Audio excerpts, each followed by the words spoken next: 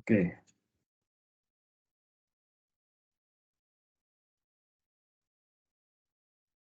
Nah, kemarin ini sudah ya.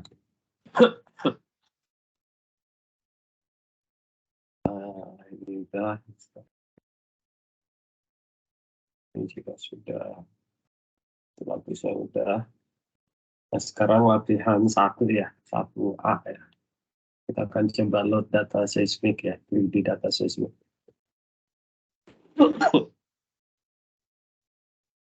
Latihan 1A itu ada di folder exercise course 1. Kita buka exercise 1A. Ini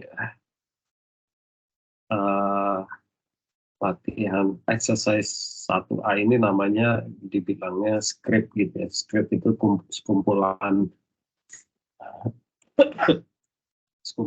perintah komen gitu ya yang bisa aja kita ketikkan di command window, tapi lebih nyaman kalau kita buat dalam jadi satu script gitu ya.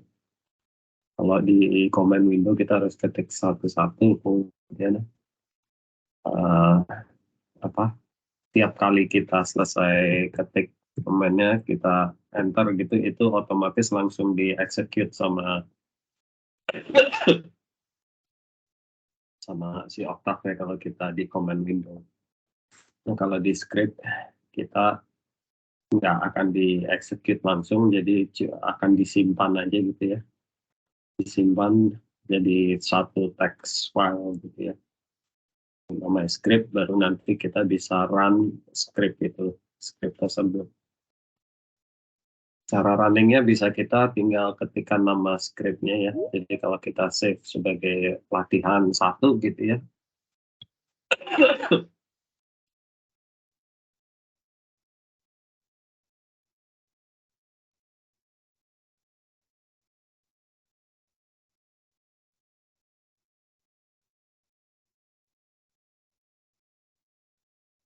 jadi kalau kita save as nama filenya latihan 1 gitu ya, nanti di command window-nya kita ketik nama scriptnya latihan 1, otomatis dia akan, kalau enggak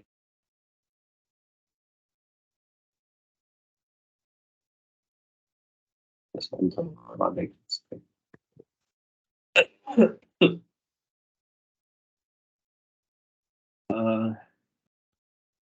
Latihan 1 nanti kita akan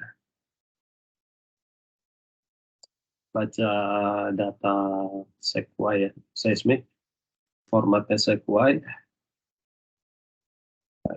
dan akan kita tampilkan dalam 3D ya. Nah, ini sequoia-nya ini ada text header-nya, namanya text header file-nya ya. Ini biasanya ada informasi mengenai koordinat atau grid geometri dari seismiknya, nomor inline dan crossline-nya itu ada di, kalian buka di ini yang ini ya, itu kan ada data ya. Nah, data seismik itu nanti ini yang kita baca ya, 3D seismic.sequoia, tapi ada 3D seismic header.text file aja sih. Jadi ini kalau kita buka gitu ya,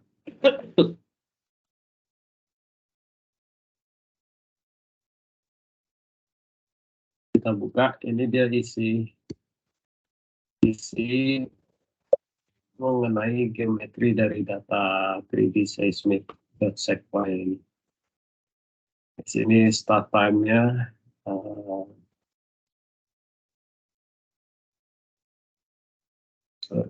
jumlah trace-nya dalam 3D seismic Sequoia ini ada 9.639 trace ya. Jumlah CDP-nya sama seperti jumlah trace, jadi 9639. CDP-nya range-nya dia dari 1 sampai 9639 gitu ya, karena ada 9639 trace.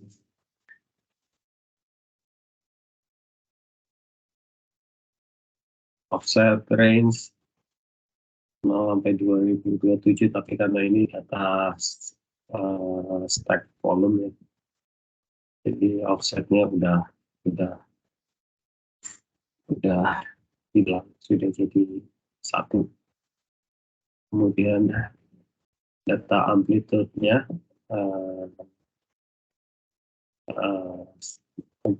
statistical amplitude-nya, mean dan standard deviation. Kemudian yang perlu kita lihat, yang perlu kita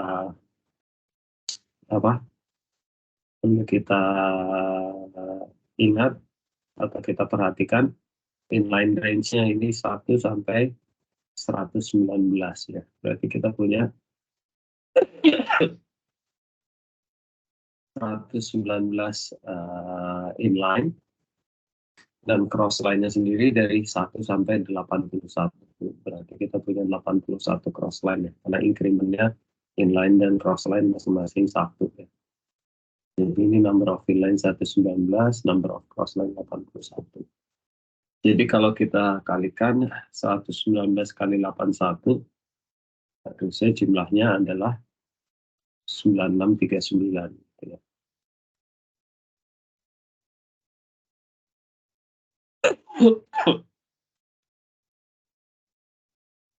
Oke.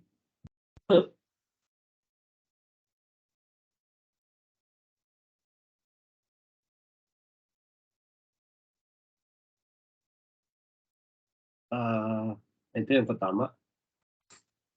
Jadi datanya seperti ini ya. Jadi nanti kita punya cube 3D cube gitu ya, saya klik. Inline-nya 119 gitu ya. Tadi kan dari header ya, tadi kan kita tahu ya. Jadi kalau ke arah X ini adalah inline gitu ya. Ke arah Y ini adalah cross line. Kemudian arah vertikal itu jumlah sampelnya. Kenapa? Gimana?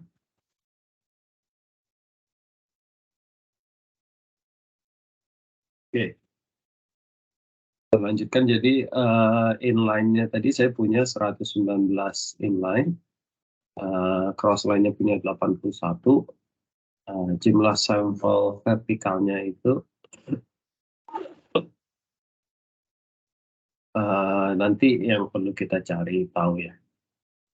Cuma kita dikasih tahu start time-nya itu 0,8 second ya. Jadi T start, T pertama di paling atas ini dia 0,8 ya. Jadi dia nggak dari 0 ya. Jadi datanya sudah dipotong ini. Jadi kita mulai dari 0,8 second. T time to wait time N-nya yang akhir, berarti kan T start ditambah jumlah sampelnya NS gitu ya. NS dikurangi 1 dikalikan sampel interval ya. Ya.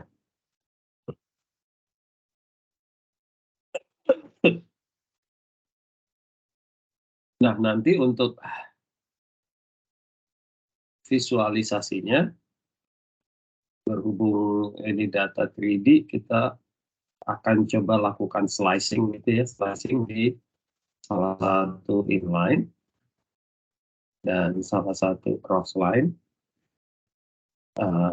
dan juga time slice gitu ya. Jadi nanti kita pilih aja inline di inline berapa, misalkan di sini mungkin kalau 119 terakhir mungkin ini sekitar inline 100 gitu ya, yang bidang warna putih ini. Kemudian crossline-nya kalau kita punya 81 crossline mungkin tengah-tengah ini 40 gitu ya, crossline 40 ini yang bidang warna merah ya. Dan kita akan coba lakukan time slicing gitu ya, mungkin sekitar 1 second ya. Kalau kita mulai dari 0,8 mungkin ini 1 second, itu kita akan slice di bidang warna kuning ini.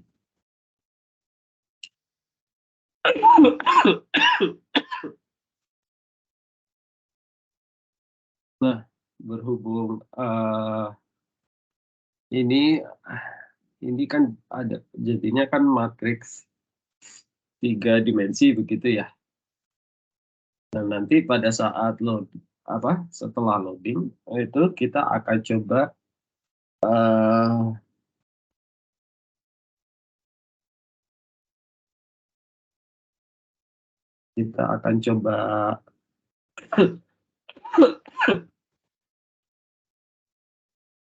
unfold cube ini gitu ya. Kita coba unfold cube ini menjadi matriks 2 dimensi yang panjang. Jadi ke arah kanan itu kita punya jumlah sampelnya adalah jumlah trace, karena kita punya 119 inline, punya 81 crossline, total adalah 9639. Jadi kita akan reshape ke arah kanan gini ya, supaya menjadi matriks 2 dimensi, di mana jumlah kolomnya adalah nanti 9639, dan jumlah barisnya atau ke arah bawah, ke arah vertikal, jumlah barisnya adalah sebanyak number of sample gitu ya. Oke, bayang sejauh ini?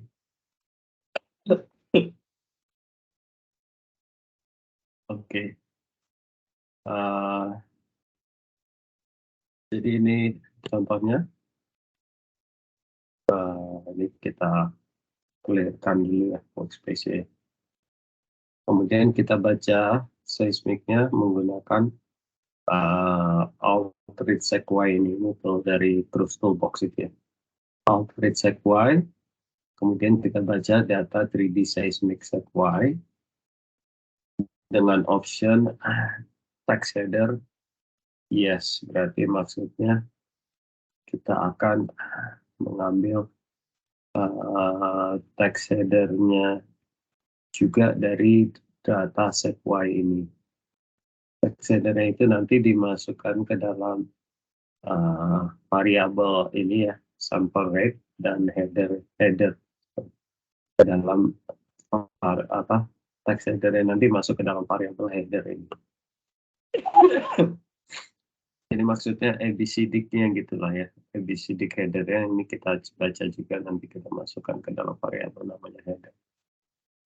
Data ini adalah nanti matriks yang berisi data seismiknya sendiri, sample rate atau sample rate adalah sample rate dari data seismik. Kemudian kita tahu kita punya inline sebanyak 119 dan crossline 81, maka dan vertikal dan sampel arah vertikalnya kita bisa hitung menggunakan size ya. Size ini melihat ukuran matriks. Jadi kalau T ini size data, berarti nanti ukuran dari si matriks data ini atau dari ukuran dari seismik. Data seismiknya berapa baris, berapa kolom. Karena di sini saya hanya mengambil data kolom pertama, jadi ini nanti T-nya adalah hanya 1. Hanya ada 1 gitu ya. Karena saya hanya ambil yang 1 kolom ke 1. Karena di sini nanti sebenarnya ada banyak gitu ya. karena datanya kan jadi ada 9, sorry, ada berapa? Ya nanti bisa kita sambil lihat ya. Oke, di sini kita buat time sampelnya. Time sampelnya dia start dari 0,8 begitu ya. 0,8 lompat setiap sampel rate hingga akhirnya sampai nanti 0,8 ditambah jumlah sampel ini 151 ya. 151 dikurangi 1 dikali sampel rate gitu ya.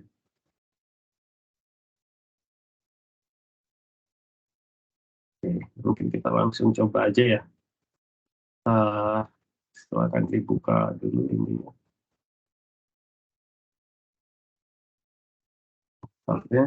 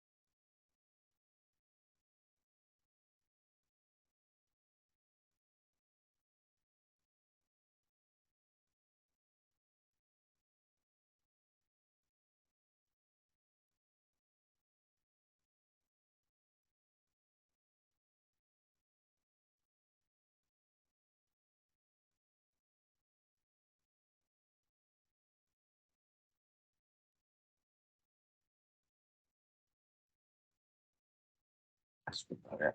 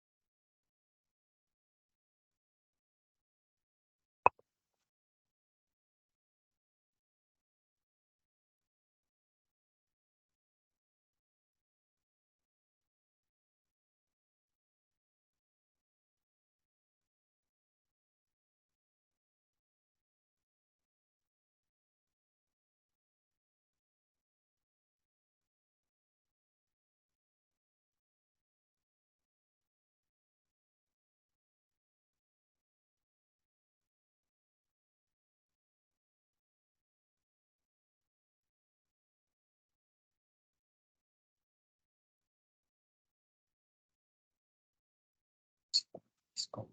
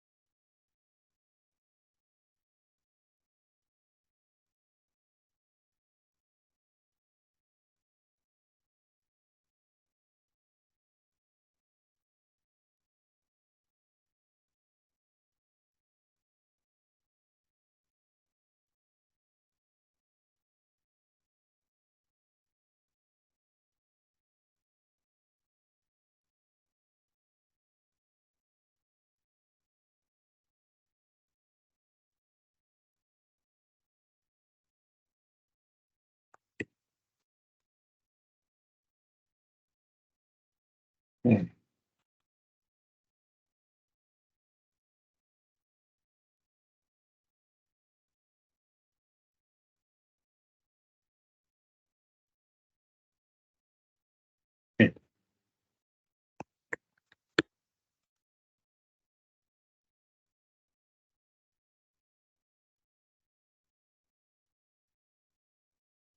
Ya, jadi kita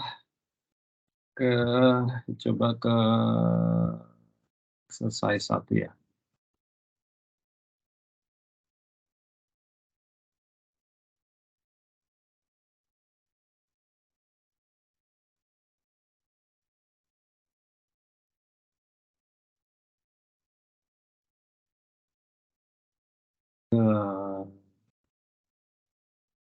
Exercise latihan 1. Minggu lalu kan udah yang ini ya. Sekarang kita yang exercise 1A. Jadi kalau kita buka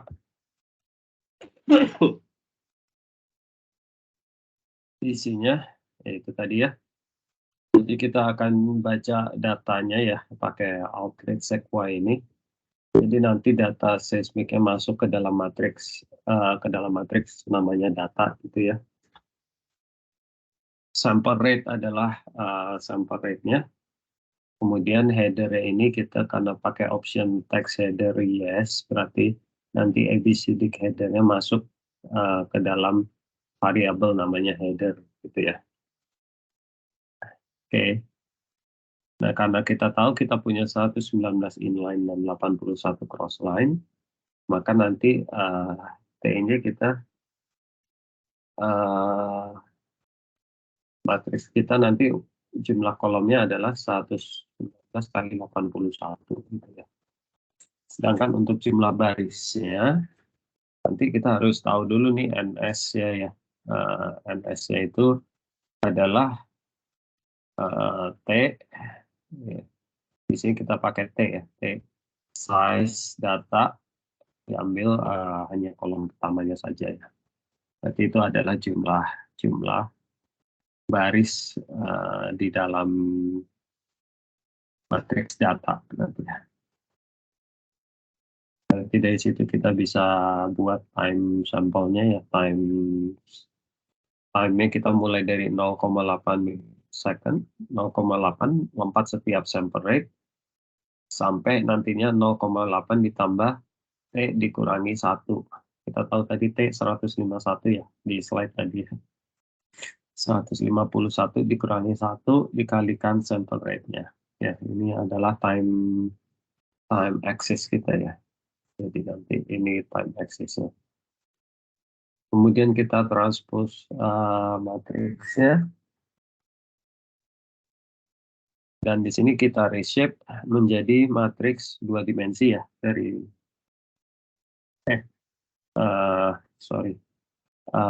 Kita reshape menjadi matriks 3 dimensi. Tadinya 2 dimensi ya. Tadinya kan kita punya baris sebanyak 151, kolomnya sebanyak 9939 ya. 119 kali 81. Nah, ini kita ubah menjadi matriks 3 dimensi. Jadi cross line-nya 81 gitu ya. Jadi nanti matriks data ini kita reshape menjadi matriks dengan X, dengan Y, dengan jumlah sampel di arah Y sebanyak X line sebanyak 81, jumlah sampel ke arah sumbu X itu sebanyak 119, dan jumlah sampel ke arah sumbu vertikal sebanyak T ya, 151. Nah, dari situ kita bisa tampilkan nih, kita buat slicing ya, slice ini untuk di posisi X, Y, dan Z. X ya saya ambil di posisi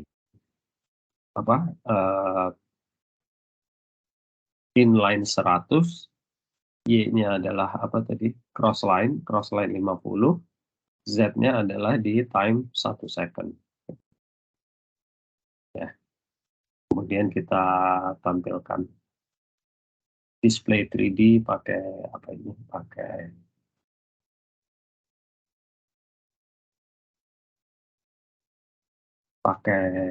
slice ini. Oke, kita coba run aja ini.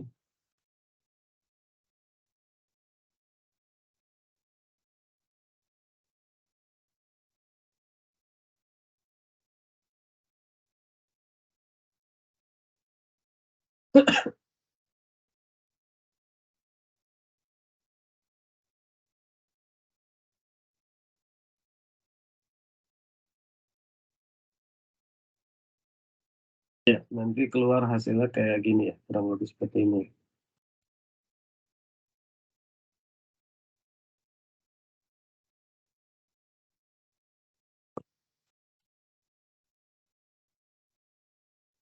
Bisa keluar semua? Masih loading, Pak.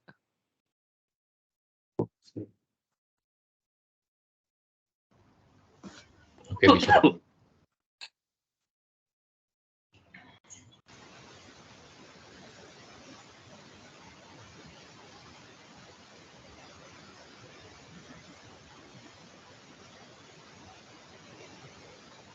Sudah keluar. Ya, bisa. Jadi tadi kita slice di inline 100 gitu ya. Ini kan inline 100 ya. Itu adalah yang ini ya, penampangnya yang ini ya. Kemudian kita slice di cross line 40 ya. Berapa? 50. Cross line 50. Itu yang ini ya. Ini. Dan time slice di 1 second ya. 1 second itu yang ini.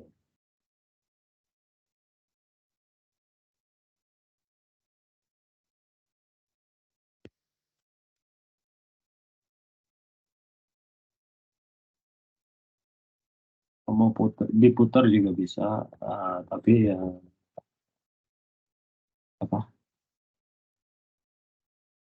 sayangnya kita cuma bisa putar aja, kita nggak bisa geser inline-nya ke inline lain gitu, kecuali kita harus run lagi.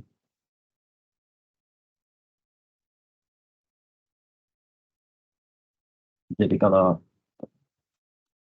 saya mau coba inline 40 selain 40 gitu ya,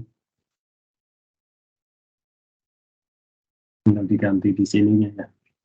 Jadi saya ambil inline 50, cross line 40 gitu ya. Time slice-nya sama 1.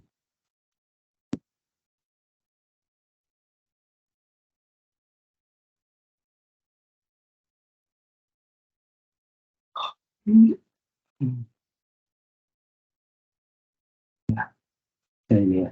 Jadi kita sekarang di selain 40, inline 50 gitu ya. Inline 50 cross line 40. Time slice masih di 1 saja.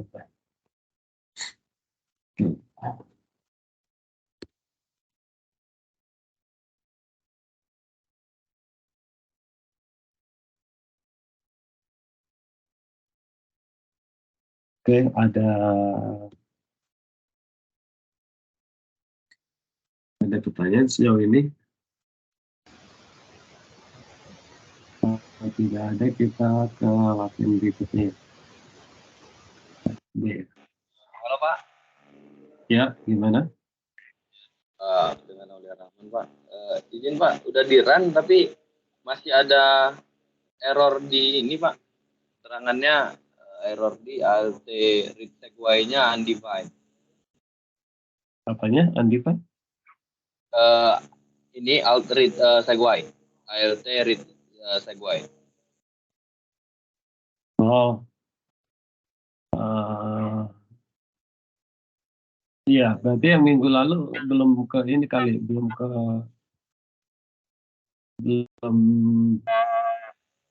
terinstall dengan benar itunya. Apanya? Toolbox-nya itu ya.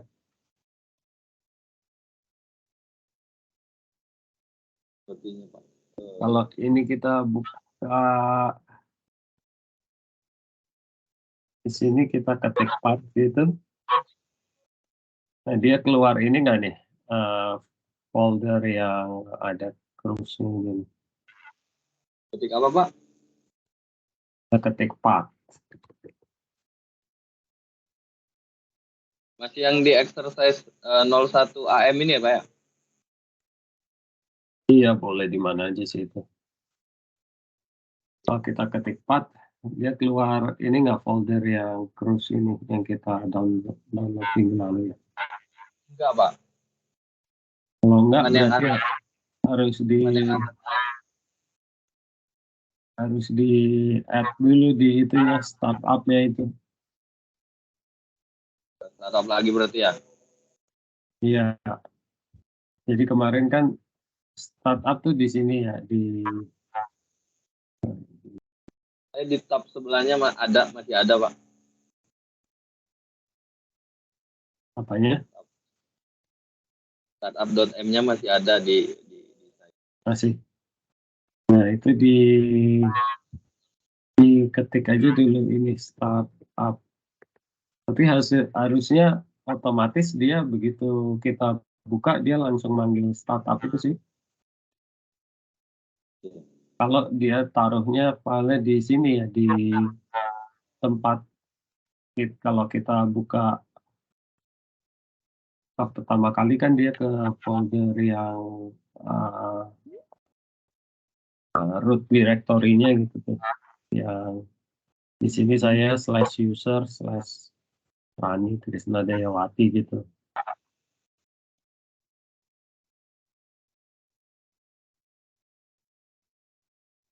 saya sendiri yang kayak gini, apa yang lain ada juga yang kayak gini Pak?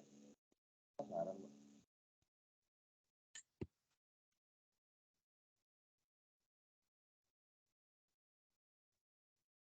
Atau yang lain ada yang problem juga, nggak kebaca juga ininya. Saya berhasil keluar slashingnya Pak. Sampai tadi. Kalau Mas Olia ketik startup itu dia mau jalan, dia Saya ketik startup, dia keluar error Pak, error startup undefined near line 1 column 1. Startup is user startup. berarti nggak ada file startup-nya itu, ya.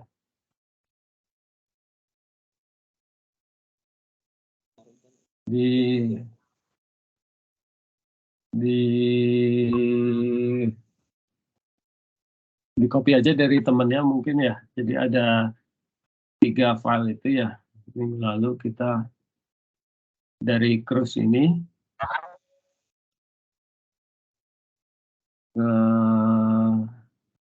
ke dalam folder cruise-nya ini ya. Di dalam situ ada folder namanya startup files ya.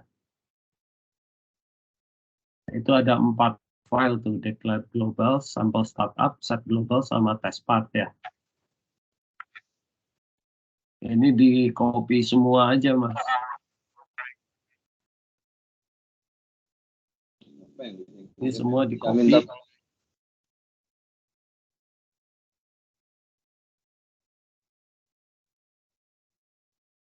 Di copy ke folder ini. Pertama kali kalau kita buka Octave itu dia, kalau di saya larinya ke users Rani Trisna Dayawati. Mungkin nanti beda-beda. Kalau di Windows biasanya di C users sama user yang dipakai gitu. Iya, saya user sama sih Pak. Gitu ya.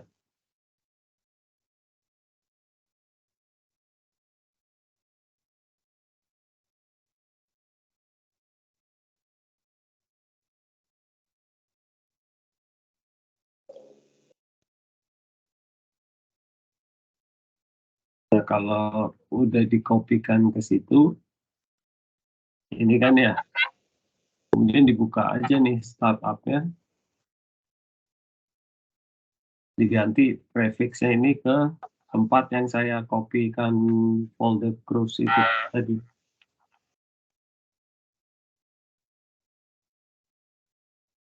Di 49 dan ini.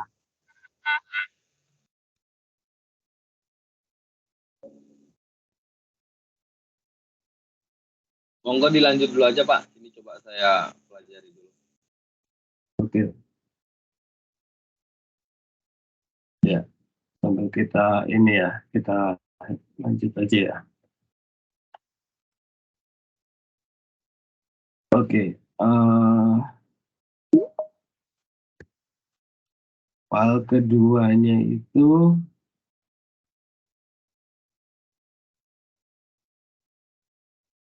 yang B ya. B.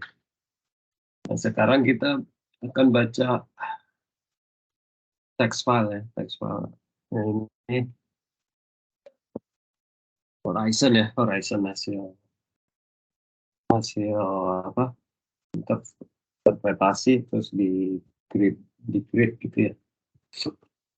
Jadi surface horizon.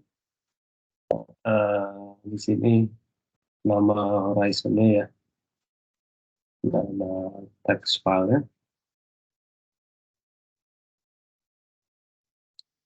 Nah,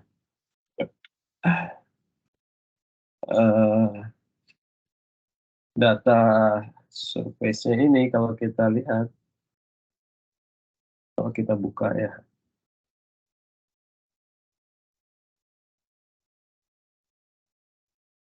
di data ya.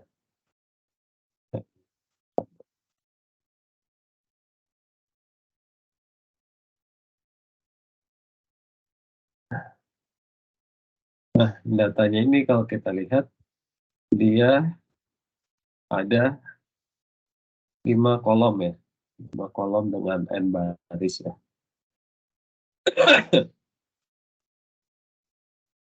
Kolom pertama itu adalah apa, inline-nya, kolom kedua crossline, atau ini crossline ini inline, crossline inline. Kemudian yang ini adalah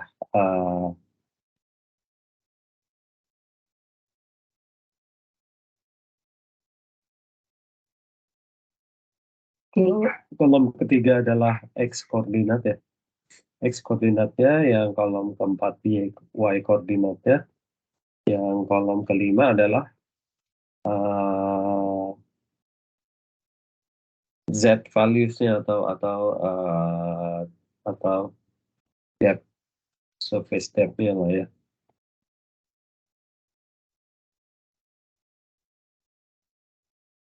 Di data seperti ini, kalau kita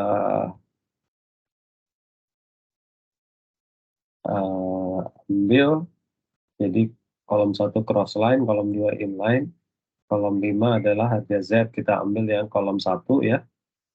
Kolom 1 adalah X atau crossline, kolom 2 sini kita masukkan sebagai Y gitu ya, atau inline. Kemudian kolom kelima Z-nya. Jadi kita ambil karena ini di load ke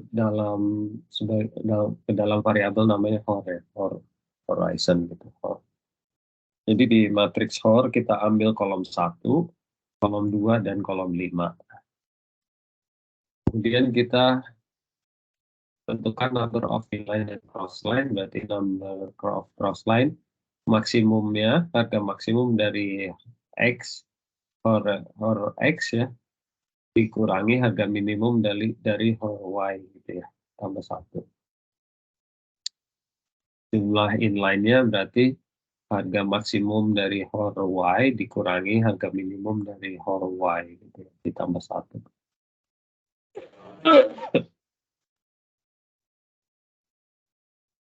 Crossline dan inline-nya sendiri kita mulai dari harga minimumnya sampai ke harga maksimumnya, lompat setiap satu gitu ya. Kemudian kita plot ya. Nah, kita reshape dulu karena ini kan dia jadi satu kolom ya.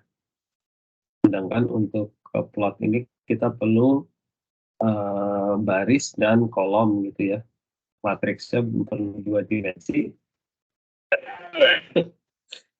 Sedangkan kalau dari text file dia matriksnya 1 dimensi ya, karena semua vertikal ke bawah ya. Jadi kita reshape dulu menjadi ukuran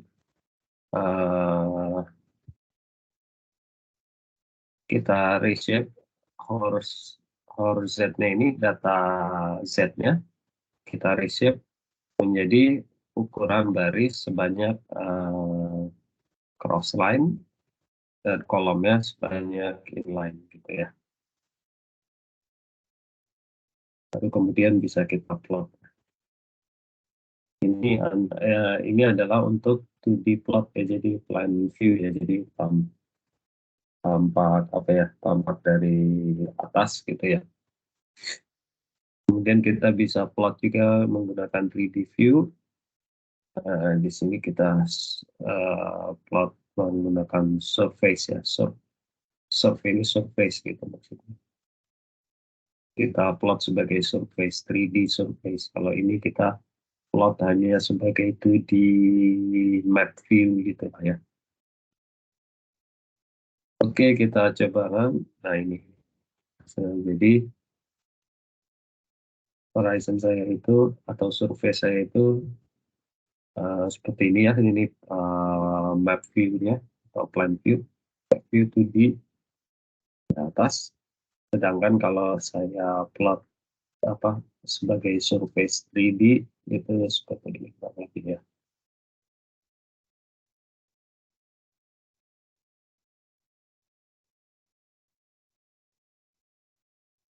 Oke.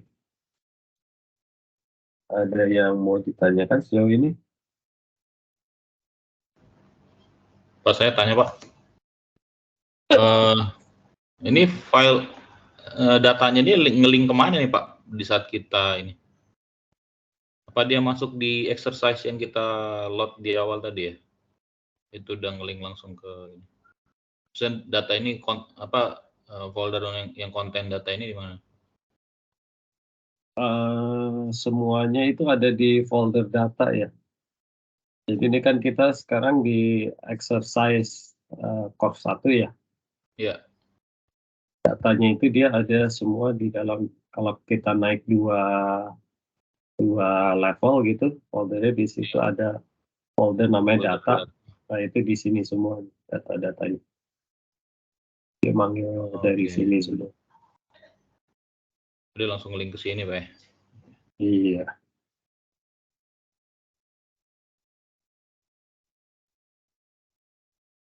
Iya, itu sih. Di sini kan ya, ini kan load gitu, titik-titik slash itu berarti kita mundur satu folder gitu ya, naik satu folder, titik-titik, slash, naik lagi satu folder gitu. Maksudnya gitu nih. Oke, baik Pak. Oke.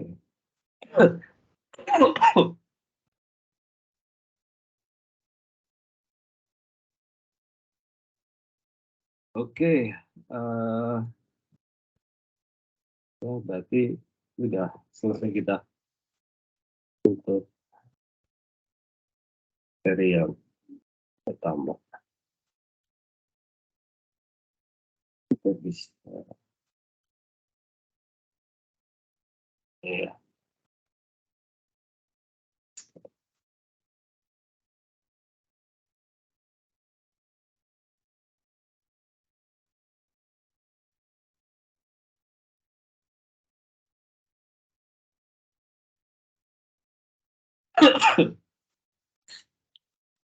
Oke, nah yang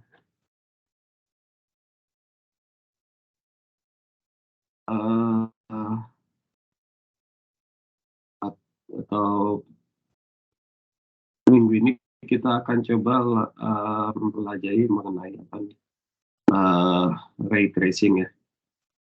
Ray tracing baik dalam constant velocity maupun velocity fungsi z, fungsi kedalaman, dan velocity fungsi lateral dan vertikal. Jadi velocity selain konstan, mungkin paling sederhana nanti kita mulai dari constant velocity ya. Constant berarti velocity-nya ke segala arah tetap dia. Kemudian nanti kita beranjak ke yang sedikit lebih kompleks, berarti velocity-nya berubah ke arah kedalaman gitu ya.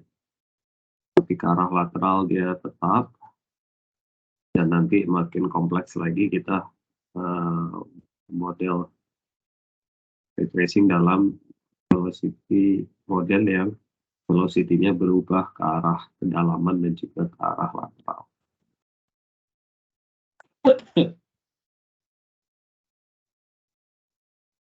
Nah, contohnya kalau untuk constant velocity gitu ya, jadi kita punya, anggap saja ini permukaan bumi gitu ya, rata gitu ya. Kemudian kita mempunyai source atau sumber gelombang di S, dan punya receiver yang sensor yang bisa menangkap gelombang di R gitu ya. Kalau kita sumber gelombang itu kita nyalakan, maka gelombangnya akan merambat. Andainya ini velocity-nya konstan gitu ya, maka dia akan merambat lurus aja gitu ya, lurus ke bawah, kemudian dipantulkan di titik O gitu ya, di bawah permukaan, kemudian naik lagi ke atas, diterima oleh sensor di permukaan.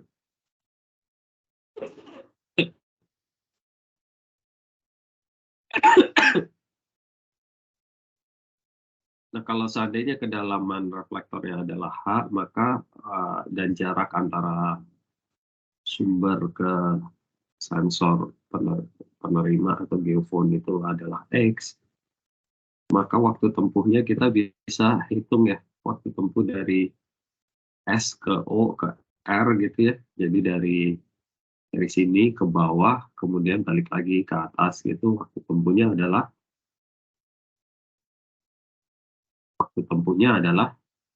yang ini ya, 2H dibagi dengan V velocity, 2H dibagi dengan velocity mediumnya dikalikan cosinus theta ya. Theta itu adalah sudut pantul antara, atau sudut datang antara si gelombang itu ya terhadap normal sudut normal.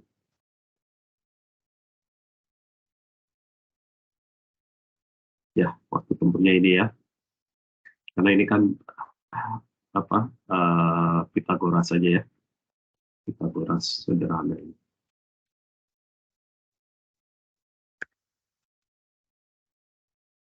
Nah, seandainya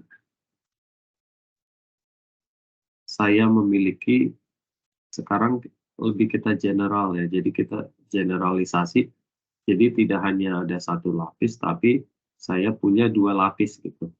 Jadi punya 2 layer atas dan bawah, thickness-nya masing-masing adalah H1 dan H2, maka waktu tempuh dari S ke O ke P ke Q ke R adalah demikian 2 kali H1 dibagi P1 kosinus theta 1 ditambah H2 dibagi V2 kosinus theta 2 gitu ya. Nah, kalau kita lihat ini kan untuk yang lapisan 1 ya, layer 1, ini untuk yang layer 2. Berarti kalau saya punya 3 layer, persamaan waktu tempuhnya gimana? 2 kali sama seperti ini, tinggal dalam kurungnya kita tambah untuk yang layer 3 gitu ya, H3 dibagi P3 kalikan kosinus theta 3 gitu kan ya. 4 layer, demikian juga cuma dalam kurungnya, faktor dalam kurungnya ini nambah jadi H1, H2, H3, H4 gitu ya. Jadi secara umum, kalau kita memiliki N layer gitu ya, N-nya berapapun, bisa 9, bisa 20. Kalau saya punya N layer, maka waktu tempuhnya saya bisa hitung dengan melakukan penjumlahan atau sumasi dari 2 dikalikan dalam kurung H, I, H atau thickness layer ke I dibagi dengan P kecepatan di medium ke I dikalikan kosinus theta I gitu ya.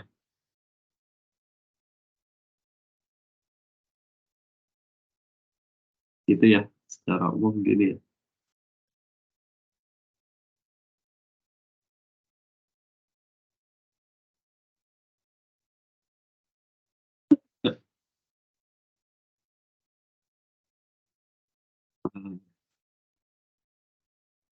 Nah, sekarang kalau saya ambil secuplik dari apa perabatan di 2 layer ini, saya ambil secuplik di sini aja gitu ya. Berarti ini adalah DS gitu ya. S itu jarak dari S, O, P, Q, R maksudnya. DS berarti adalah ini adalah theta gitu ya, sudutnya, sudut pantulnya theta, dan ini adalah DZ atau DH ya harusnya, karena saya bilang thickness H ya, DH gitu dibagi DZ, jadi tangen theta adalah DX dibagikan DH gitu ya.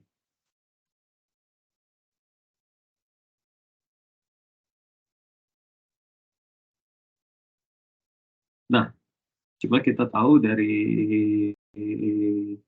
Snellius, Snellius, sinus theta 1 dibagi velocity V1 sama dengan sinus theta 2 dibagi V2 sama dengan sinus theta 3 dibagi V3 sama dengan selalu sampai layer ke N gitu ya. Jadi kalau kita punya N layer, sinus dari theta, sinus dari sudut datangnya ini dibagi dengan velocity itu adalah konstan gitu ya.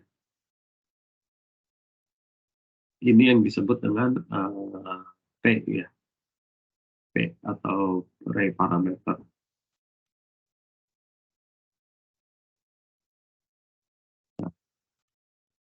Kembali ke gambar yang sepotong ini tadi, berarti tangen theta adalah dx dibagi dh gitu ya, harusnya h ini dengan z.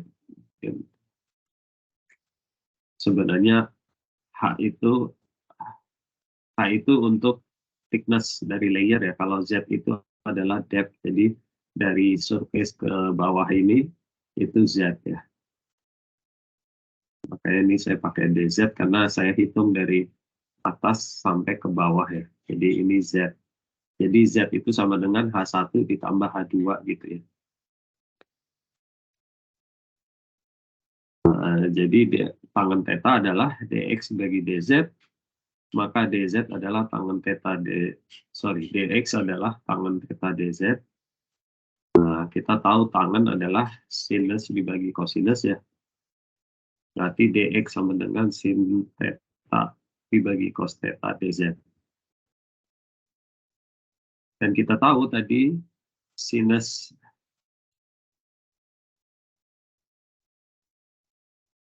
theta per V itu adalah ray parameter ya. Sinus theta per V. Berarti dx sama dengan V ray parameter dikalikan V dibagi cos theta dz gitu ya. Nah, sinus kan sinus theta berarti kan P dibagi V ya. Kita kalikan V supaya ini jadi sinus theta. Sinus theta adalah P dikalikan V.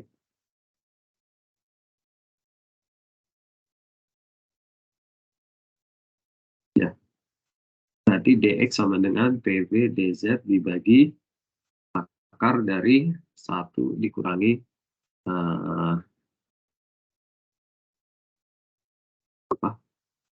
sin kuadrat theta gitu ya.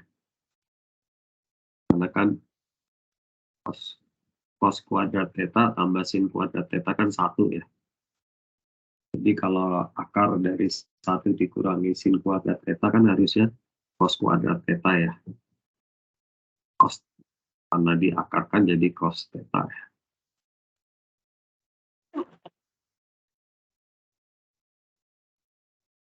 Oke. Nah, jadi di sini kita tahu untuk mendapatkan X atau dx gitu ya, kita perlu P, perlu velocity V, dan dz gitu ya.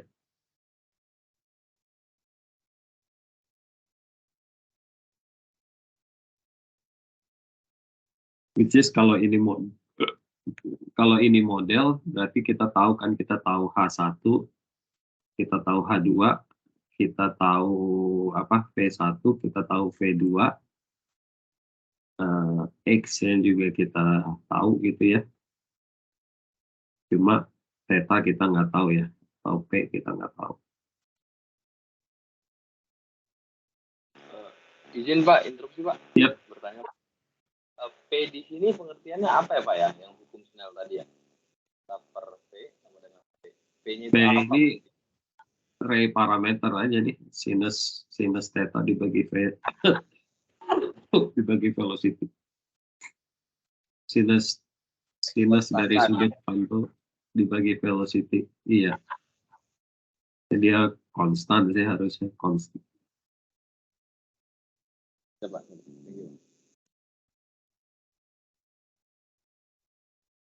Izin Pak. Ya. Iya, jadi pertanyaan saya juga agak mirip sama Mas Pangap tadi ya. Jadi P ini tuh ray parameter dia didefinisikan dari sinus dibagi kecepatan aja gitu ya. Tapi secara fisik dia nggak ada, maksudnya nggak ada arti secara fisikalnya gitu ya Pak?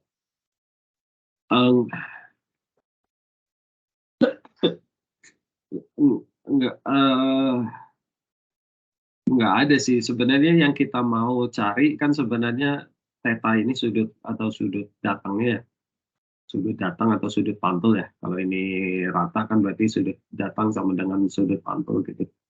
Jadi yang kita cari sebenarnya theta sih sebenarnya. Cuma memang dikonversikan atau direpresentasikan oleh si P ini karena sudut datang itu terembed di dalam P ini sih. Jadi walaupun sebenarnya kita carinya sebenarnya theta sih, sudutnya berapa, karena kan untuk ngitung waktu tempuhnya kita harus tahu ini jalannya ke mana, ke sini atau ke sini gitu ya. Itu kan berarti tergantung sudut datangnya nih nanti, ya kan? Sudut datang di bidang 1 dan di bidang 2 gitu. Karena kita nggak tahu, kita nanti akan coba-coba trial and error gitu nih. Jadi di sini sebenarnya waktu tempuh itu kita kan mencari waktu tempuh ya sebenarnya ya. Waktu tempuhnya kan adalah ini nih, dz dibagi velocity kalikan 1 kurangi p kuadrat. Tujuannya kan karena kita nggak tahu nih theta ya, sudut datangnya ini kan kita nggak tahu. Jadi kita coba selesaikan pertamanya, mengeluarkan theta ini tapi diganti P gitu. Cuma P juga kita nggak tahu karena secara implisit P itu ada tetanya juga, sinus tetanya ya. Jadi tetap untuk menghitung waktu tempuh, kita perlu pengetahuan mengenai P atau theta ini sebenarnya, atau sudut datangnya. Karena V kita tahu ya, karena ini model gitu ya. Model kan ini kita V tahu, kita kasih ya. H kita tahu ya, X juga kita tahu. Kita nggak tahu ini gitu kan, theta atau P ini ya. Kita nggak tahu. Sekarang untuk menghitung waktu tempuh dari SO ke O ke P ke Q ke R, kita perlu tahu P-nya ini atau theta-nya ini. Kalau dari persamaan ini ya kan. Nah, karena kita nggak tahu, jadi yang kita tahu kan cuma thickness, velocity, sama X ya, offset gitu ya. P ini parameter kita nggak tahu. Incidence angle atau theta kita juga nggak tahu, tapi ini berhubungan nih P antara P dengan theta ya. Travel time yang kita mau hitung ya, kita mau cari tahu. Nah, sekarang gimana menyelesaikan persamaan ini kalau kita ada dua variabel yang nggak tahu gitu. Jadi ini kita nggak tahu, ini yang mau kita cari, tapi ini kita juga nggak tahu gitu. Ini ya kan. Jadi gimana caranya? Kita coba dengan trial and error ya. Jadi kita kasih harga theta, harga sudut datang ini, kita coba deh kita kasih harga dari 0 misalnya. Kalau itu 0 berarti kan kita bisa hitung X-nya nih. X-nya berarti kan cosinus 0 itu berapa? 1 ya. Cosinus 0 1 kan ya. Berarti kan X-nya adalah P kalikan V dikali DZ. P-nya itu kan apa? Sinus 0 per velocity berarti 0 ya. Jadi 0. Jadi kalau saya punya sudut 0, dx saya dapatnya 0 gitu. Ya wajar lah ya dia ya, berarti kan tegak lurus gini aja gelombangnya kan. Receivernya juga di sini berarti numpuk gitu. Ya kan? Oh, terus saya cek, oh berarti X saya, offset saya ternyata ini katakan misalnya 50 meter gitu ya. X saya yang benar 50 meter, tapi kalau saya tebak harga theta 0 degree, saya dapatnya X-nya 0. Berarti kan nggak cocok kan? Berarti receiver saya di sini nih numpuk nih. Ya kan? Karena saya dapatnya 0 nih X ya kan. Dari hitung coba-coba masukin ini nih ke persamaan 1. Saya matchingin, saya X-nya 50, tapi kalau saya 0, X-nya dapatnya 0, berarti bukan 0 X-nya gitu. Saya tahu, saya buang harga 0. Saya coba lagi harga 1 derajat gitu ya. 1 derajat. Kita coba lagi, masukin lagi ke persamaan 1 ini. Dapat di harga X berapa? Katakan misalnya dapat di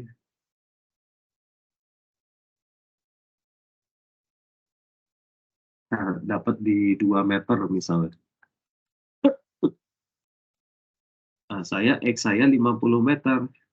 Tapi dari hasil hitungan dapatnya 2 meter, berarti nggak cocok. Saya buang gitu kan. Bukan 1. Coba lagi kalau 2 derajat sudut datangnya. Itu jadi coba-coba masukin harga peta sih. Sampai akhirnya nanti katakan misalnya theta 30, saya dapat X-nya di 49, sekian gitu ya. 49,9 gitu misalnya. Wah, ini udah deket nih 50 harganya ini. Nah, itu berarti saya anggap itu adalah harga sudut yang benar gitu. Jadi saya tahu sudutnya berarti sekitar 30 derajat gitu. Jadi itu yang kita ambil harganya. Gitu ya. Jadi di sini kita coba sebenarnya trial and error gitu ya. Kita masukkan harga sudut dari 0 sampai 90 gitu. Kita hitung harga X-nya, X harga offset, X yang mendekati harga X sebenarnya itu adalah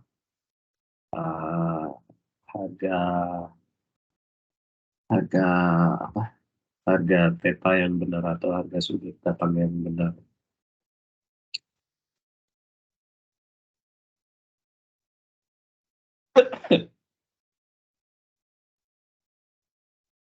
Nah, di sini kita bisa pakai fungsi built-in namanya F0 ya. Jadi untuk mendapatkan find a zero of univariate function. Jadi kalau kita punya suatu fungsi univariate, kita bisa mencari harga X demikian di mana hasil selisih antara X dengan X sebenarnya itu adalah minimum atau mendekati 0 gitu lah ya.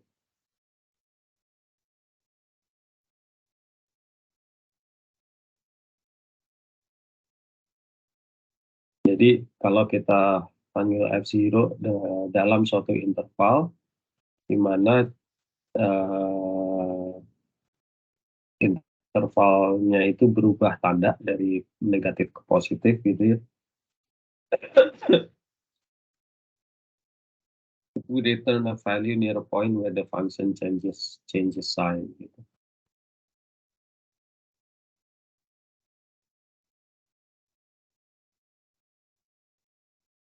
Nah, ini agak beda sedikit dengan kalau kita pakai MATLAB ya. Jadi untuk di Octave ini find a zero of univariate function. Jadi kalau kita mau lebih dari satu variabel, jadi tidak univariate ya, kita harus pakai yang namanya anonymous function untuk lebih dari satu variabel.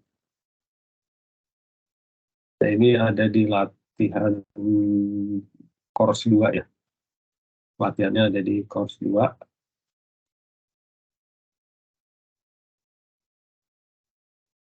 Coba.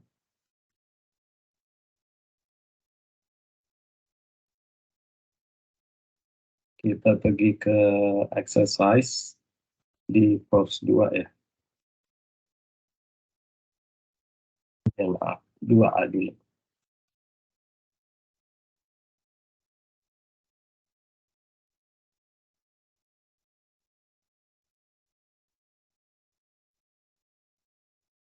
Jadi kita punya model ada 1, 2, 3, 4, 5, 6, 7, 8, 9 layer ya.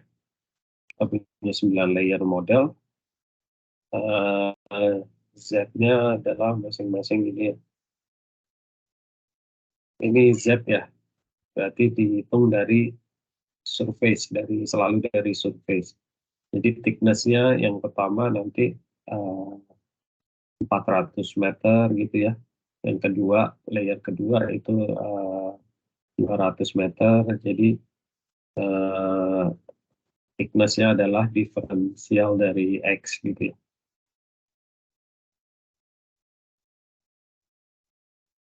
Karena saya pakainya Z sini ya. Z selalu dihitung dari surface ya. Di sini saya punya detektor atau receiver ya. Dari jarak 50 meter sampai 3000 meter. Lompat setiap 50 meter ya.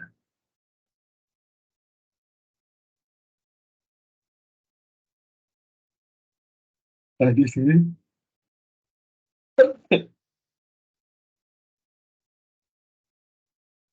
sini kita akan looping ya dari trace pertama atau dari detektor pertama nih. Ini berarti di jarak offset 50 ya, yang pertama ya. D pertama D1 kan 50 ya. Kemudian kita looping di layer atau di tiap interface, dari interface yang pertama, dari layer pertama ke layer kedua gitu ya. Jadi dari interface pertama paling atas, H-nya kita tentukan thickness-nya, kemudian velocity di lapisan pertama kita ambil, kemudian di sini saya pakai error 1 kali 10 pangkat minus 6. Jadi ini selisih antara apa X dari hitungan saya terhadap harga X, harga offset sebenarnya yang D ini 50. Di sini saya pakai ini ya, X berarti saya ambil harga minimum dari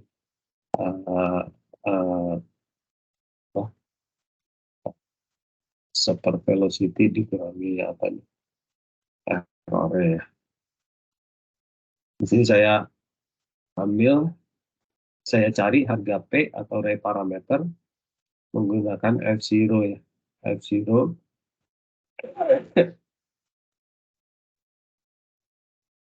ini anonymous function-nya. Kemudian fungsi yang saya cari, itu fun ray ini saya masukkan ke dalam function file ya, namanya fun ray. Dia itu ada di sini. Akan naik ke main. Di sini ada fun ray ya. Jadi ini fungsi untuk menghitung offset sebenarnya, menghitung jarak X. Jika diketahui depth, D ini offset, jika diketahui offset, H, thickness, dan juga velocity. Itu kita bisa hitung tadi pesaman 1 ya, 2 kali sumasi ini apa? Hitung waktu tempuh ya, 2 kali sumasi dari X dikalikan H kalikan velocity dibagi akar dari 1 kurangi cos kuadrat theta gitu ya.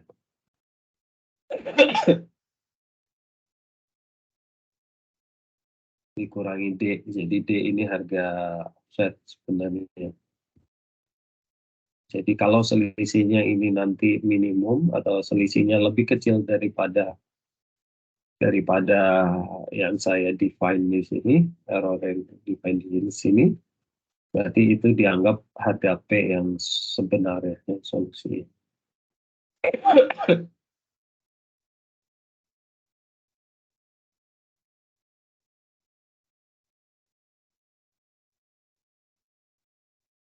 Nah, kalau saya udah dapat harga P, saya ubah menjadi apa? Sudut datang ya. Theta, saya ubah menjadi sudut datang. Berarti kan P apa? P sama dengan sinus theta dibagikan P ya, dibagi velocity.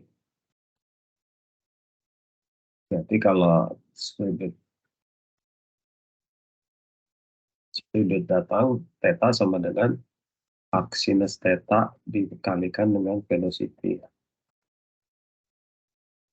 Oke, berarti saya udah dapat sudutnya. Berarti saya bisa hitung waktu tempuhnya ya untuk layer pertama atau untuk interface pertama di receiver yang pertama. Kemudian saya N itu berarti saya selesai di interface pertama, dia lompat untuk interface kedua berikutnya.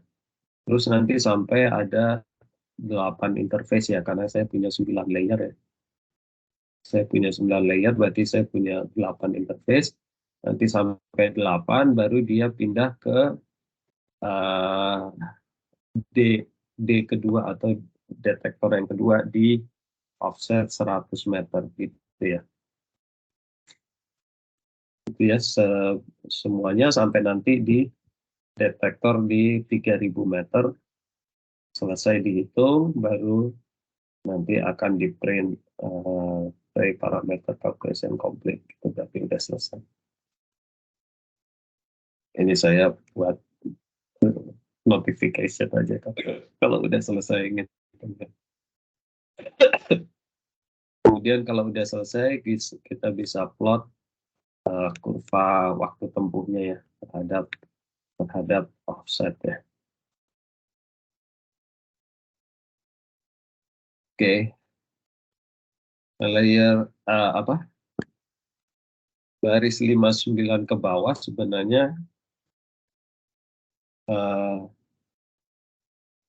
di atas kan kita cuma punya dapat kurva waktu tempuhnya ya.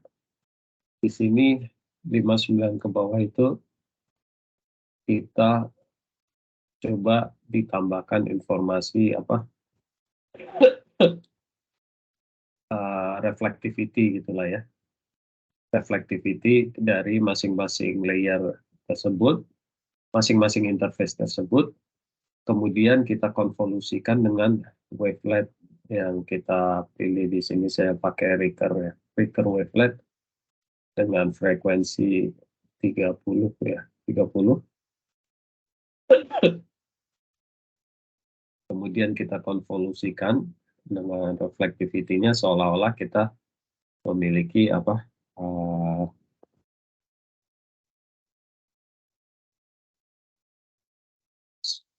seismic shock gitulah ya, short gather gitu seolah-olah. Oke, kita coba run aja sini. Saya harus pindah directory ini dulu. Nah, ini selesai, calculation-nya selesai, jadi sekarang tinggal di plot.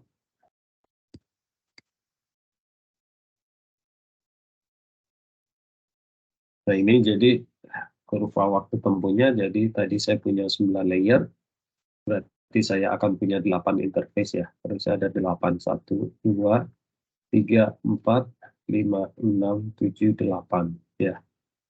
Karena saya punya 9 layer, berarti saya punya 8 interface. Ini adalah kurva waktu tempuhnya dari detektor yang pertama di 50 meter ya. Ini kalau di sini kan 50 kurang lebih ya, 50 sampai detektor paling jauh di 3000 meter. Kurva waktu tempuhnya adalah seperti ini gitu ya. Nah, seandainya kurva waktu tempuh itu saya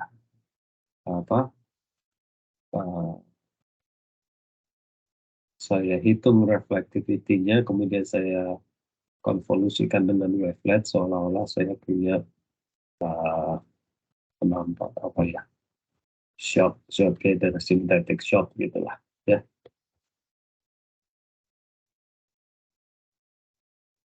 Oke, ada yang ingin ditanyakan sejauh ini? Oh, semua ini kan ya bisa jalan ya ininya ya. Ada yang problem nggak? Saya bisa, Pak. Bisa, Pak. Pak, saya Ya. Pak. Ya. Di Bapak, saya figur 2 di Bapak figur 4 ini. itu hasil reflectivity-nya yang di tengah itu Pak, di sekitar time 1 kayak ada reflectivity lagi ya. Kalau dilihat nggak ada ya. Gimana Pak? Itu efek apa Pak? Kenapa gimana Mas? Agak jelas suaranya. Jelas nggak Pak? Halo? Ya. Itu reflectivity yang di sekitar time 1 di figure 4 itu disebabkan oleh apa Pak? Reflectivity yang di mana? Yang di ya itu time 1 itu. Yang ini. Iya. Itu memang ada atau efek dari apa Pak? Oh, iya. Jadi sebenarnya kalau kita korelasikan dengan kurvanya, harusnya ini one to one gitu ya. Jadi kalau ada di sini berarti di sini kelihatan gitu. Kayak yang ini 0,5 itu kan yang ini ya. Nah, tapi di bawahnya ini yang ungu ada, tapi di sini nggak ada gitu ya. Karena tapi dia baru kelihatan di far offsetnya gitu, baru kelihatan. Nggak ada. Dan yang ini juga nggak ada nih sebenarnya. Bahkan sampai ke farnya juga nggak ada. Karena sebenarnya ini kan reflectivity menghitung kontras ya.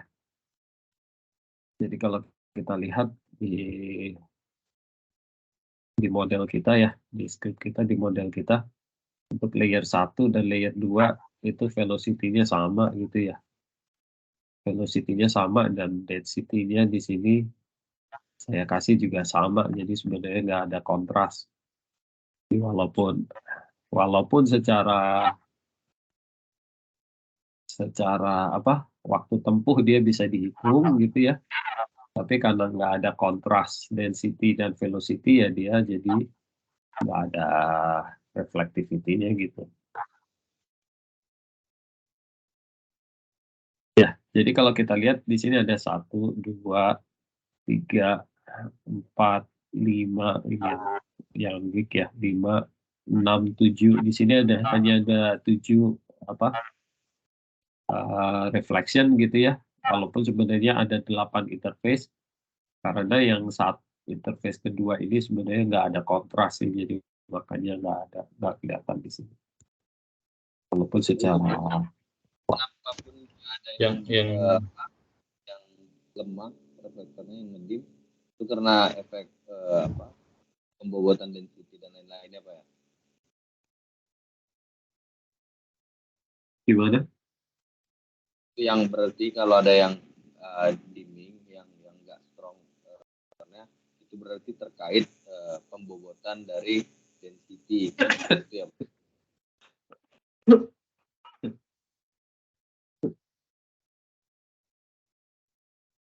Gimana Mas? Nggak jelas tadi suaranya.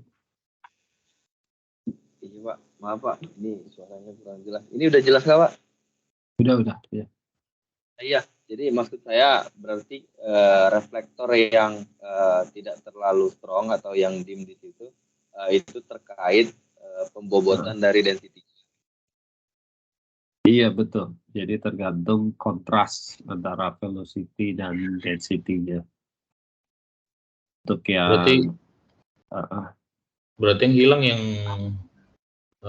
interface 1 ini Pak ya? Boleh dari posisinya.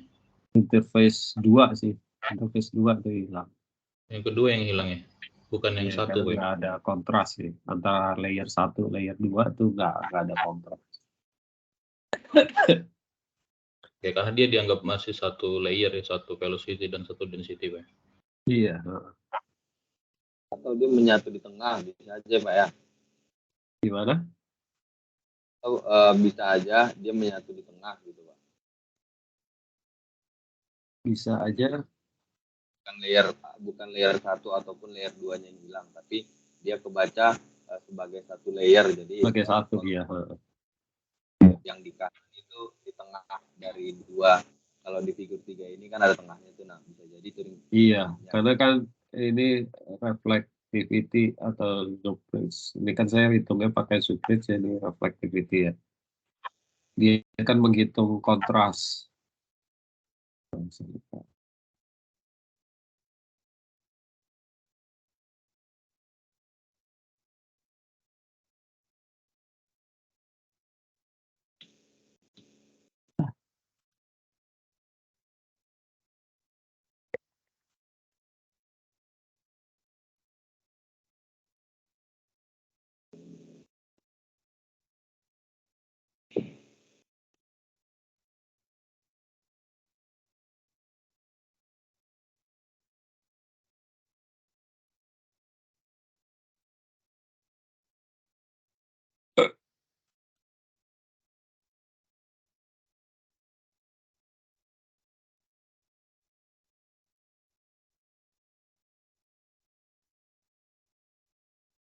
Ya, ini kan saya pakai zoom bridge yang itu. Jadi ini menghitung kontras kan sebenarnya.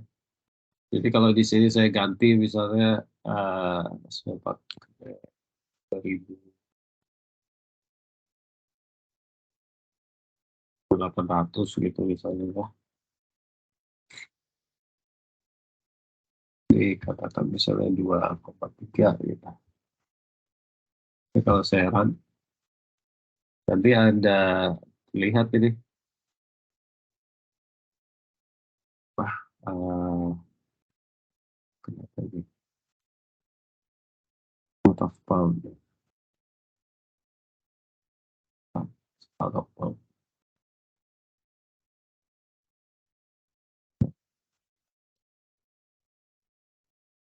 Oke. Saya harus clear.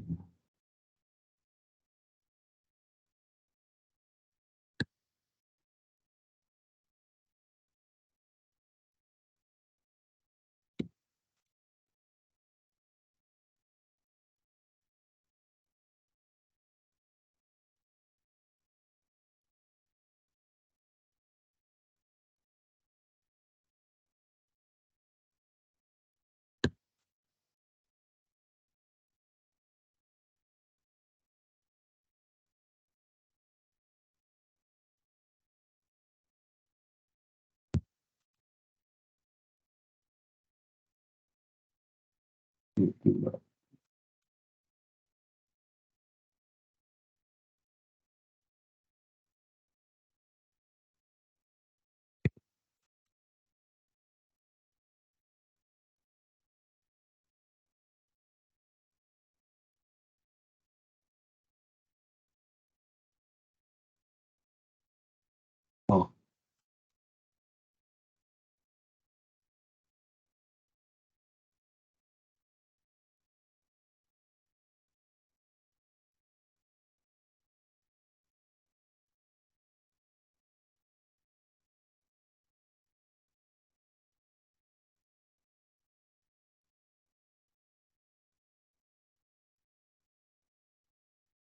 Oh, ini.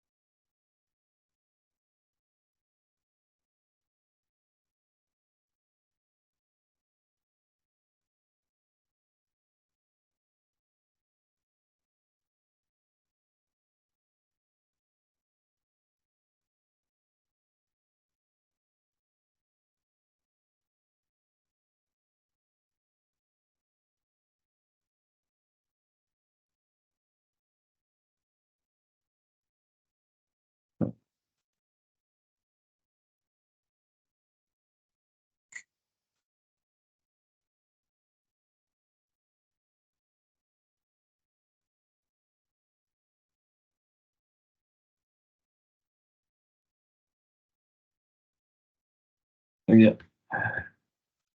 Ya, ini bisa dicoba diganti ya, tapi saya harus ganti ini juga nih, size-nya. Karena Max-nya jadi nggak pas nih.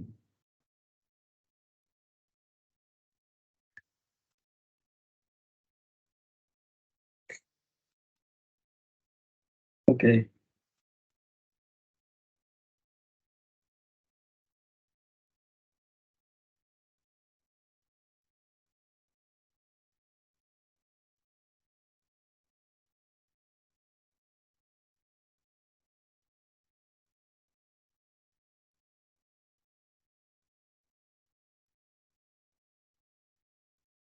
Oke, ada pertanyaan lagi sejauh ini?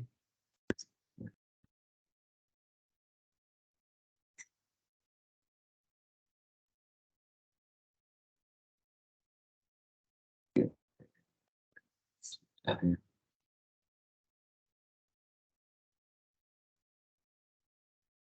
Jadi tadi untuk menambahkan amplitude-nya ya, saya pakai konvolusi aja. Ada reflectivity. Jadi ini saya hitung reflectivity-nya, saya konvolusikan dengan wavefront.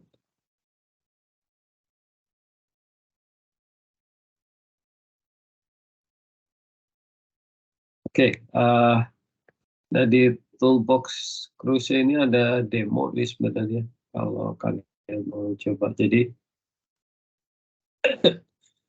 sama si Cruise ini udah dibikin function-function ya, trace ray PP sama trace ray PS. Jadi PP berarti apa, gelombang yang ke bawah itu gelombang P, dipantulkan ke atas sebagai gelombang P juga. Jadi tidak ada mode conversion ya.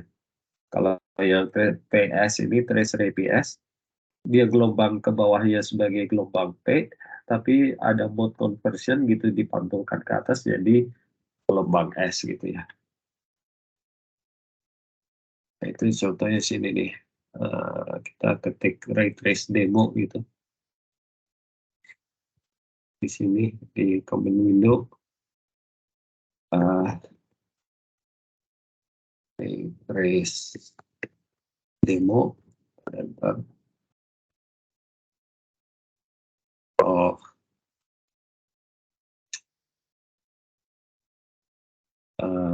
di sini udah ada string to mark-nya udah obsolete ya.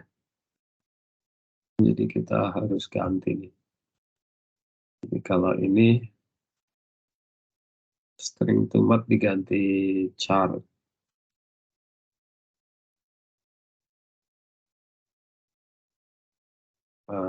Udah obsolete tuh string to mark, jadi diganti char.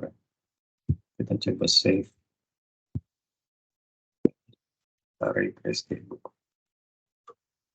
Di sini ada pilihan nih, mau PP NPS OBC recording, PS conversion point for OBC, option 3 PP NPS for continuous gradient. Demo nomor 4 itu PS conversion point for continuous gradient. Nomor 5 itu VSP PP NPS for continuous gradient. Nomor 6 multiples in continuous gradient media. Demo nomor 7 control incidence angle PP NPS reflections. Nomor 8 show velocity model. Coba kita show velocity model ya. Oh, run another option first to define velocity. Oke, kita run nomor 6 dulu misalkan ya.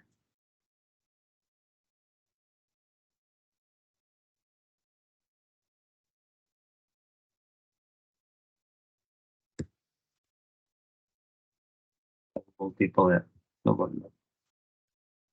Jadi ini nomor 6 P mode in vertical gradient. Jadi gelombangnya dari atas ke bawah gelombang P, dipantulkan P, balik ke bawah P, kontrol ke atas P, ke bawah lagi P, P, P, P, P, P, gitu terus ya baru ditangkap receiver.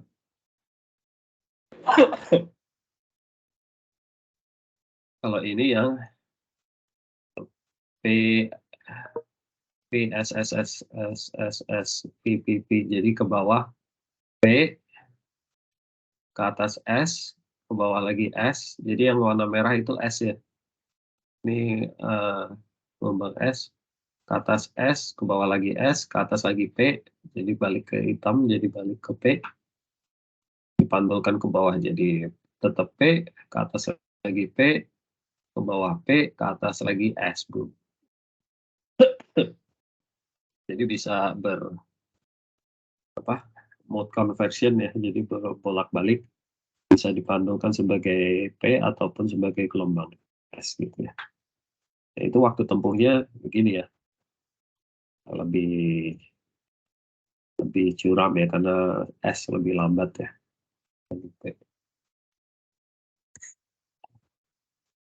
Pak, maaf Pak, mau tanya Ya, Pak. ya. Untuk yang tadi error yang string to mat itu ditambah apa Pak di line 42 itu? Ditambah diganti aja ini kan options baris 42 kan tadinya option sambil dengan str to mat ya, string Iya to Pak, mat ya, aslinya kan betul ini Pak. kan ya. Iya.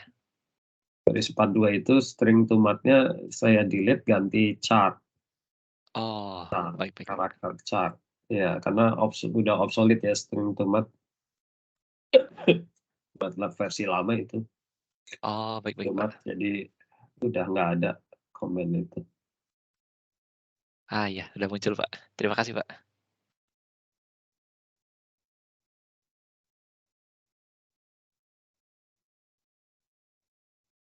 Jadi kalau kita show velocity modelnya udah bisa harusnya ya, klik 8. Di velocity modelnya seperti ini ya. Jadi dia vertical gradient atau vertical berubah ke arah vertical velocity-nya. Jadi yang VP ini di atas ini dikurang dari 2000 meter per second ya, mungkin 1800. Makin ke bawah di 4000 meter, dia sekitar lebih dari 4000 meter per second. PS ya di atas di permukaan dia kurang dari 1000 meter per second, mungkin 880. Di bawah di 4000 meter depth, dia lebih dari 2000 meter per second. Jadi ini velocity vertical gradient ya. Oke.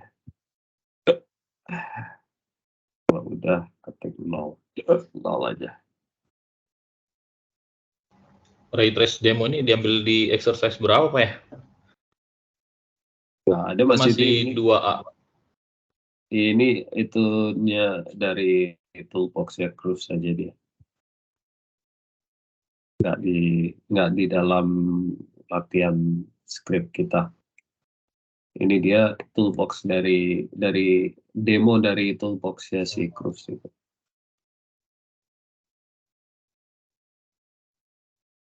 Oke. Dan nanti Klik apa? Kalau saya type ray trace demo error dia. Kenapa?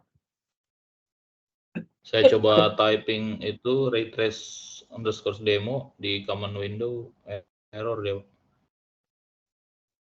Iya, yang str to mat itu ya.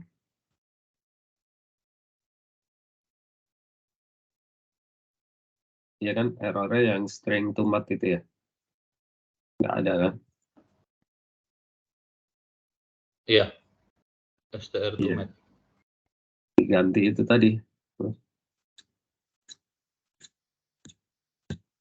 Dibuka aja filenya. Ray trace demonya tadi dibuka filenya.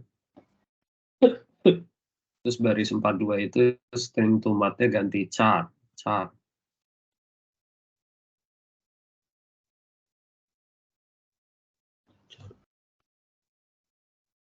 Itu ngambil di mana, Pak? Mau, Pak? Buka aja file ray trace demonya. Iya, ini saya balikin ya. Kan gini ya, kalau saya ketik ray trace demo, kan dia error. Error, str to mat, undefined near line 42, kolom 9 kan.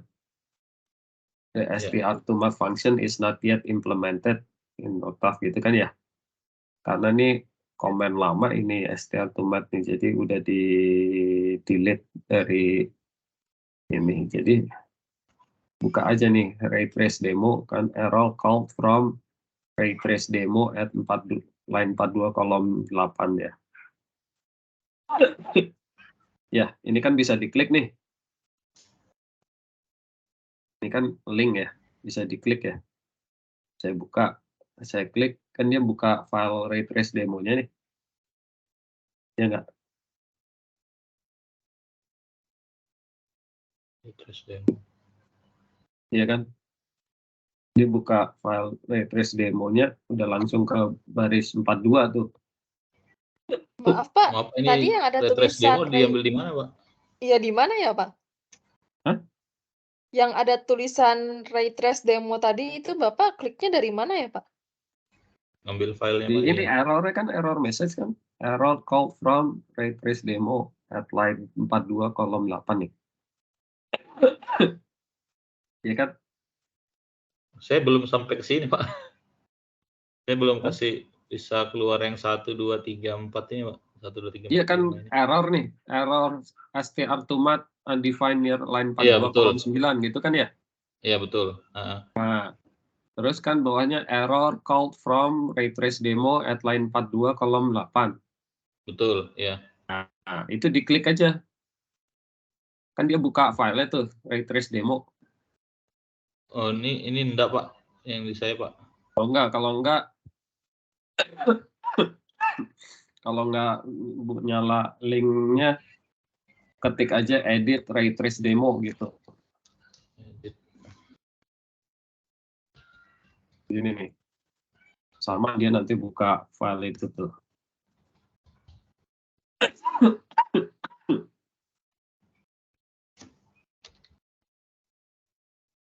Kan buka kan?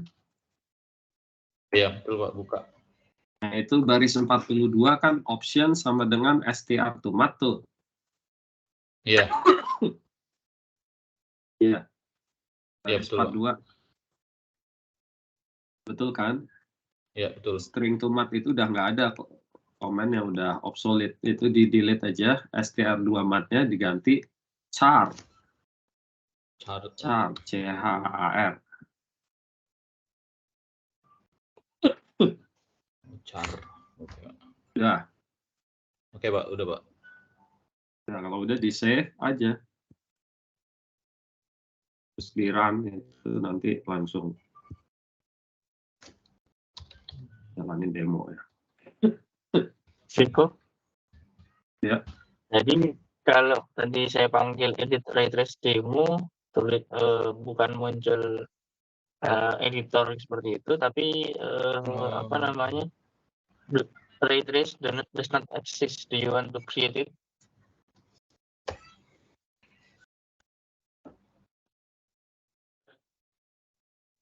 Ray trace. Ya. Jadi ray trace-nya does not exist gitu. Ray trace underscore demo pakai underscore. Kalau ray trace aja nggak ada. Edit spasi ray trace underscore demo. Gitu. Oke. Pakai underscore aja, jangan lupa. Oke. Sudah. Betul. Tidak ya. Oke. Diganti char. Baris 42 options sama dengan str to mat-nya ganti char.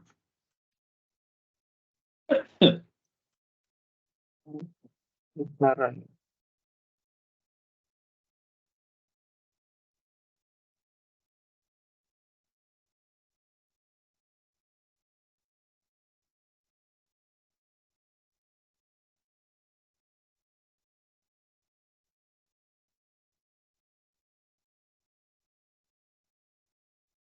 Udah ya. Silakan. Udah, terus pilih aja salah satu demonya, nomor 1 atau nomor 4, nomor 5. Ini nomor 5 juga. Oke. Silakan.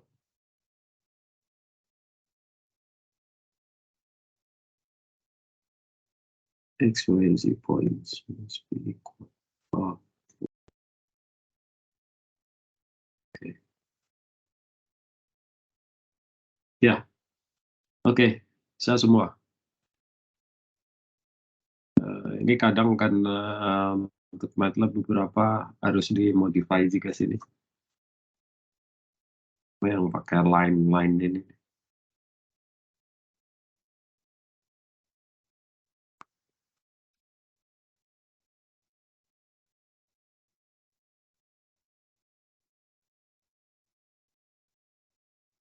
Pak Breviko, maaf saya mau nanya Pak. Saya Ya. kan coba demo yang nomor 5 ya Pak ya. Tapi waktu munculnya nggak muncul apa-apa Pak. Kenapa ya? Cuma muncul garis bilangan aja tapi putih gitu, nggak ada grafik apa-apa. Iya, nomor 5 ada ini nih, ada error nih. Apa? Line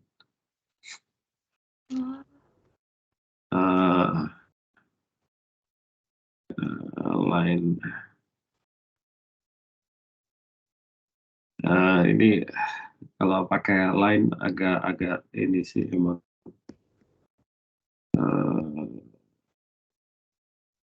Kayaknya yang di sini nih.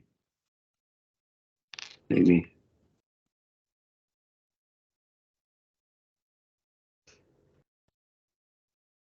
Iya, itu dia ada error ininya ya.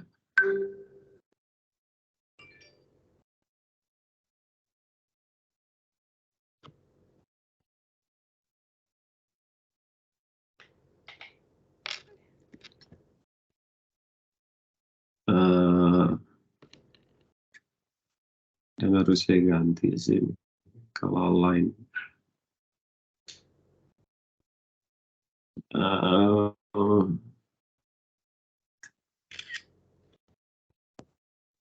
Ini kan ini sih apa?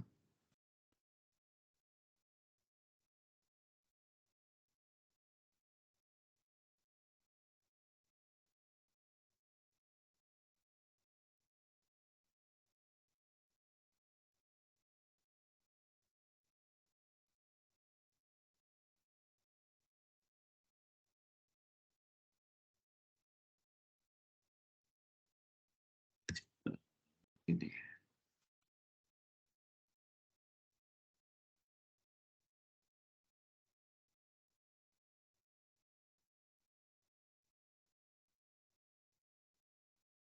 Jadi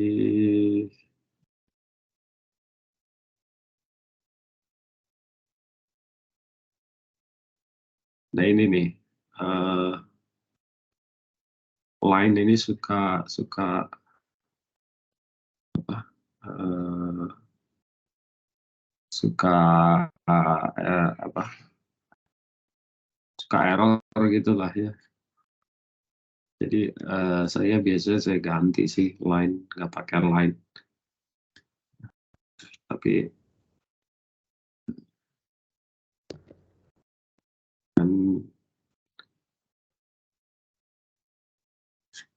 di sini nggak apa-apa yang lain.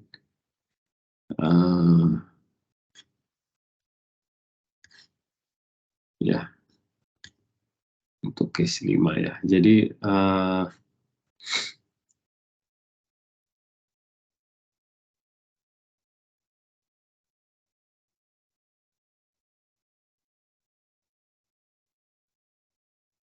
bisa diganti apa?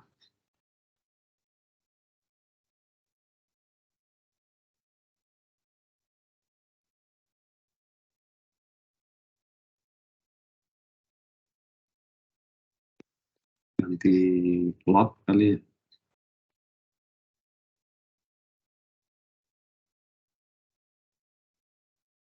Ya, saya juga nggak jalan sih yang 5. suka ini.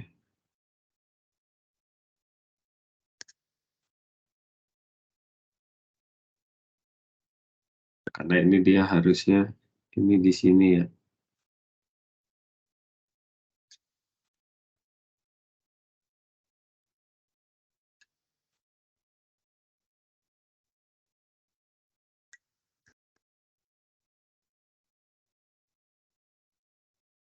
Ya, jadi kadang ada yang jalan, kadang enggak gitu sih.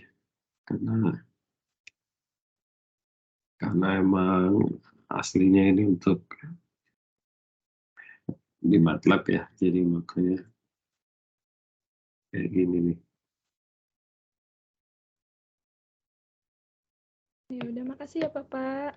Memang kalau pakai line itu suka agak ini sih, agak bermasalah gitu kalau di sini. Oke, ini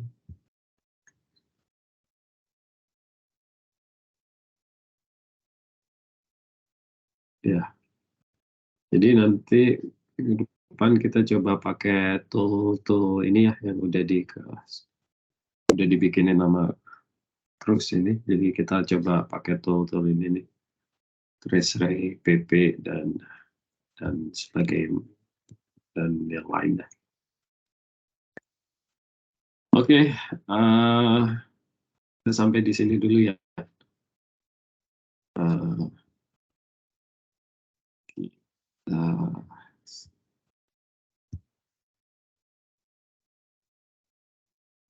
Kita sampai sini dulu ya, sampai ketemu lagi minggu depan ya. Baik Pak. Terima kasih Pak. Baik Pak Riko. Terima kasih. Terima kasih. Terima kasih Pak. Terima kasih banyak Pak. Terima kasih, sampai minggu depan ya.